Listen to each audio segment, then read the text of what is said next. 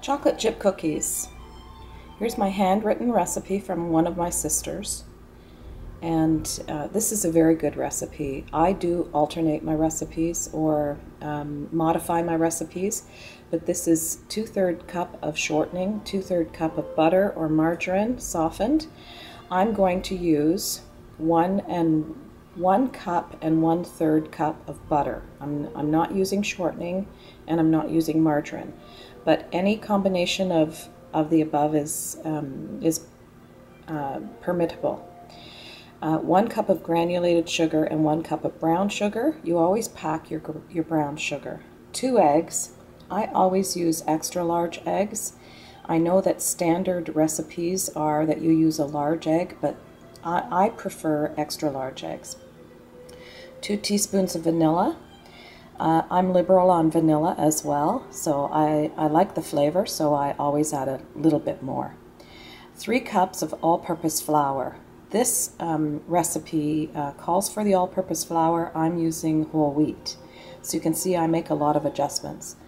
1 teaspoon of soda, 1 teaspoon of salt, 1 cup of chopped nuts, and I'm using walnuts, and 2 6-ounce packages of semi-sweet chocolate pieces. I'm using semi-sweet chocolate chips. And what was the other thing? Oh yes, I will be adding some cocoa because I like that. And I'm also adding psyllium. You may not have heard of psyllium, but it's very, very good for anybody who has high cholesterol. So I will be adding a little bit of that. I haven't decided how much yet, probably about 1/3 cup. Then we heat the oven. My oven is preheating right now at 375. We mix the shortening, the butter, and the sugars together.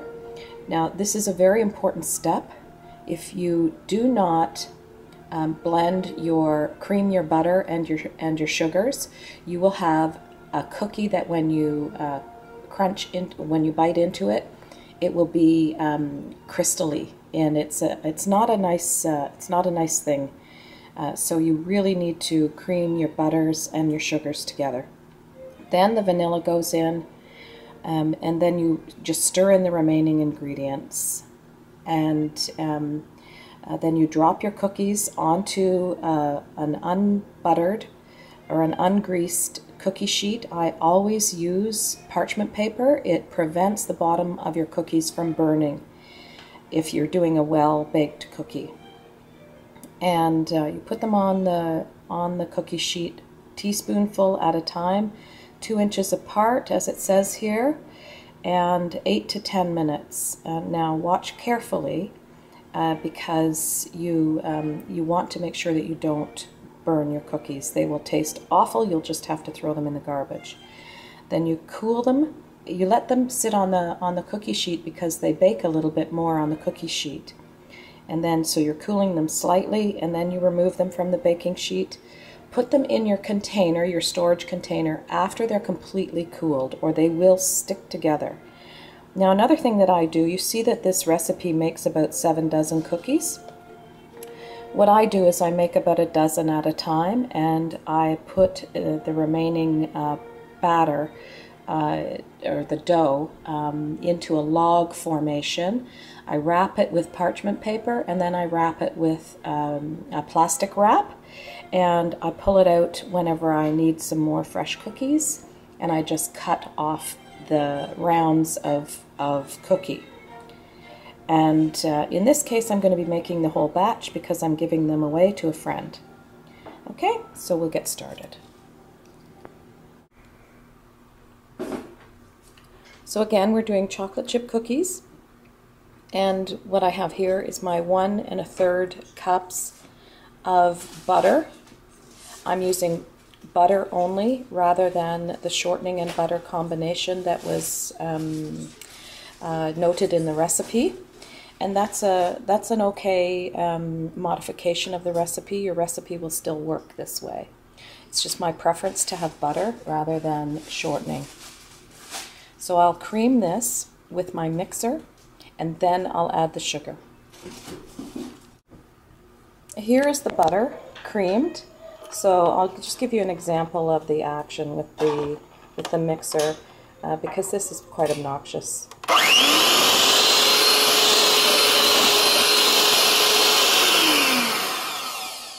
So simply a hand mixer or a stand mixer is nice as well. And now we'll put the sugar into the mix. It's time to add the sugar now. Here's the sugar. I've mixed the sugars. You don't need to, but I did. I measured them out ahead of time and put them in one bowl. I like to do that because it helps the recipe go along quicker and in a more organized fashion. So here we go. We're creaming the butter and sugar.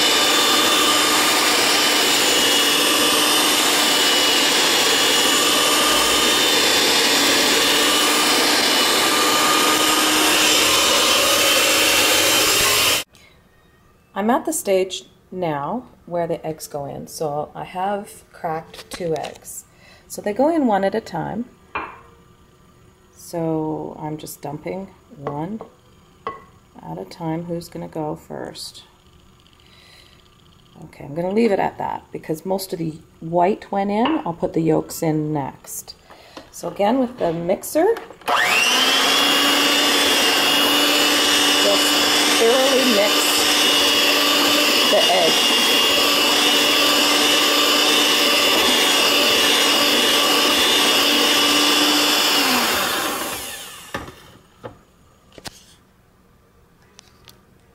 I want to take a moment here to note that the volume of the batter has really changed since the egg whites went in. So now the rest of the egg is going in. So that means the yolks this time. Now you do 1 egg at a time. In this case, all of the white went in first before the yolks. That doesn't matter. It's just, you just need to mix a little bit at a time. This is the point at which as well I'm going to add my optional items that I've decided on. I have here about 5 tablespoons of cocoa powder. Cocoa powder per tablespoon has 10% of your daily iron intake, and for me that's important. Psyllium is this other bit here. The psyllium husk is good for your cholesterol. It helps to regulate your cholesterol, helps to reduce the bad cholesterol. And here I'm going to put another measure in because I do have 3 cups of flour. So 2 of these I think are probably the same measure as 1/3 of a cup, 2 of those combined. So then I'm not worrying too much about mixing these. I'm just going to add them at this point. Okay, there we go. Now again, those are optional. These are things that I like to put into my cookies to enhance the nutritional value.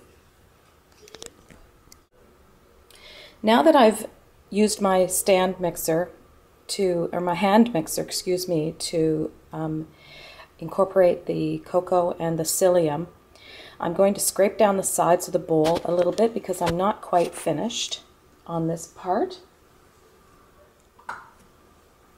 So here I have my spatula. I'm going to knock down those sides so that every bit of this batter gets incorporated. You can see that there are some ribbons of butter and sugar mixture that haven't been totally incorporated at this point. Now one other note here, when I did use the mixer for the cocoa and the psyllium, I had my mixer on low. I usually use my mixer on high, no matter what the recipe says. That's just kind of my way of doing things. But when I'm putting dry ingredients in, I go on low, and sometimes I even use my spatula to start mixing stuff in first. Otherwise you get a big dust cloud in your kitchen. So at this point we can put the vanilla in. As I said earlier, I like vanilla. So it's asking for 2 teaspoons. That's more than 2 teaspoons. You can go by the recipe if you like. I'm at the point where I like to make modifications along the way. I'll continue with the hand mixer, and I'll keep it on low so that it's not so elastic.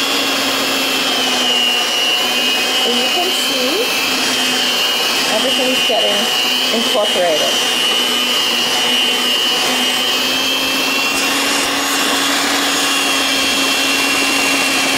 Now that the butter, sugar, eggs, vanilla, and my additional ingredients, cocoa powder and psyllium, are mixed thoroughly, the recipe calls for adding everything else. So some cooks will take their salt and their soda, baking soda, which is what was in this pink dish, and they'll mix it thoroughly with their flour. And so this is not a thorough mixing, but that's what a lot of cooks will do. So then this gets added to the batter. I am going to incorporate this probably all by my spatula, because I think this will overpower my little hand mixer. Now I'm going to put the nuts in. I've chosen walnuts. That's what the recipe asks for. You can use pecans if they're your preference. Whatever other preference you have, you can use that. Then the namesake of the cookie, chocolate chip. So here's my chocolate chips, 12 ounces. In they go. And now I'll start mixing with my spatula. At this stage, you may wonder if you've made an error. Don't worry, the batter is going to be tough to work with, tougher than it ever has been, but it will start coming together. You can see how the flour is incorporating into the egg and the butter and the vanilla mixture of the previous stages. So just keep going. If you want to use your mixer at this point, just be careful to listen to your mixer and see if it's having trouble getting through the mixture. I'm thinking at this point it will be too difficult for my mixer to get through, but I am going to try it just so that you get to hear what it sounds like, and so you can avoid burning out your mixer, because they will burn out. So let me just come back in one moment, and you can hear what that sounds like. Here's the mixer ready to go. We'll see how this works.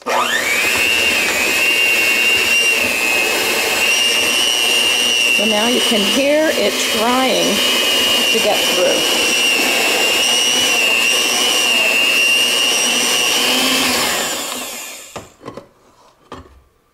It's not the best use of your mixer, so just proceed with caution.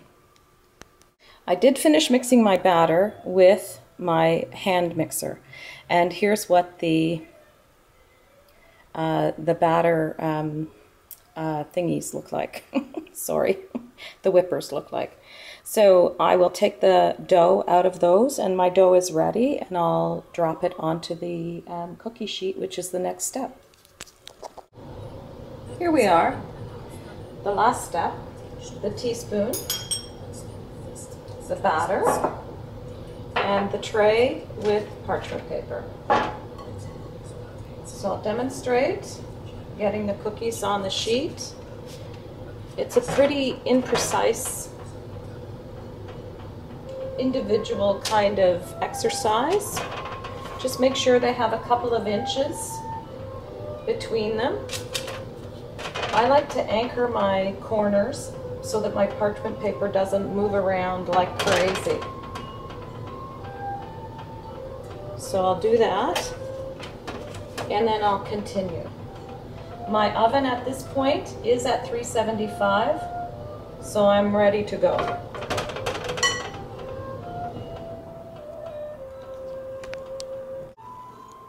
Here's a shot of the pans ready to go in the oven. You can see that the shapes are different. but that's okay. They're homemade cookies. They don't need to be uniform. If you would like them uniform, however, take your dough, make it into a log, into a perfectly round log, and then cut your cookies about no more than 1/2 inch thickness, and then put them on your tray, and I'll demonstrate that in the next clip. These are going into the oven. The oven is at 375, as you can see. So here we go. We'll see the finished cookies when they come out.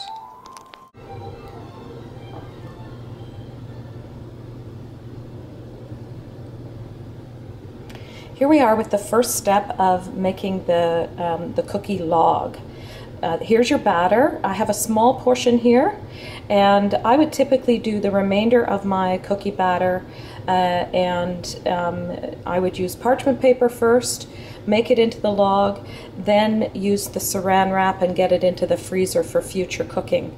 I'm using the saran wrap only in this demonstration because what I'm demonstrating to you is how you can make a perfectly round cookie rather than the random sizes that I have in the oven right now. So we'll get started. Here we are with the first step. So put the wrap over top, then get it the size that you want it. A little bit. You're going to be... Here we are with the cookies out of the oven. So they're finished. They stayed upright. They didn't spread out too thin, likely because of the cocoa and the psyllium that I added. If you don't add those two ingredients to the mix, you're probably going to get a cookie that's going to spread out a little bit more. So these are looking very rustic. Next, we'll go back to the log of cookie batter that I made, and I did put it in the refrigerator for a little while, so I'll pull it out and we'll cut that so that you can see what that's going to look like. Here's your roll of cookie dough. So all I did was I made a knot on each end of the plastic wrap, and I rolled it back and forth. And I did refrigerate this for a little while. It's pretty stiff. So now I'll cut it. I'll take it out of the wrapper and cut it. We're all set now. This is cut, or this is opened up. And so I'll just cut with my knife. This is the knife I used to cut to chop up my my walnut halves. And I'm going to put the cookies, once I've cut them, right on the sheets that I had prepared for the first batch. I use my parchment paper over and over and over again. So here we go. I am going to flip this because it did end up with a bit of a flat side when I put it in the fridge. You don't have to put it in the fridge, but I did because the butter was a little bit soft. And it's cutting quite nicely now because it has been chilled for a little while. I still have some batter in the bowl where we originally mixed this batch. So now I have 2, 4, 6, 8, 10, 12, 14, 16, 17 cookies.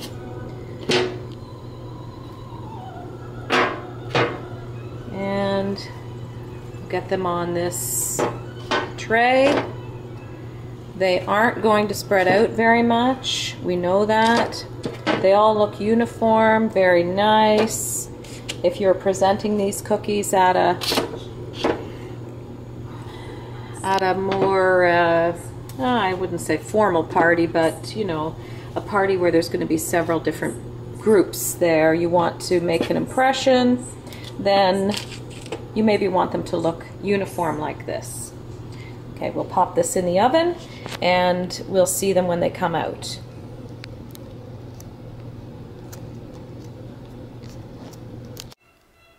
Here we have our cookies out of the oven. They've just come out, they're still soft. I'll show you to touch. Here, we'll go on this one here. You can see how I can put my finger in there. Ouch, that's hot. all that chocolate. So we leave these to cool on the rack. There are many items that you bake where you get them off the rack immediately. Cookies, you leave them on the rack to cool, then you put them away when they're totally cooled. What I use for my cookies is I have a canister. So there you go, cookies from today in the canister. I have room for more. And then one other thing, I repackaged the remaining dough, and I'll put this in the fridge. It's a little, you can see it's a little soft.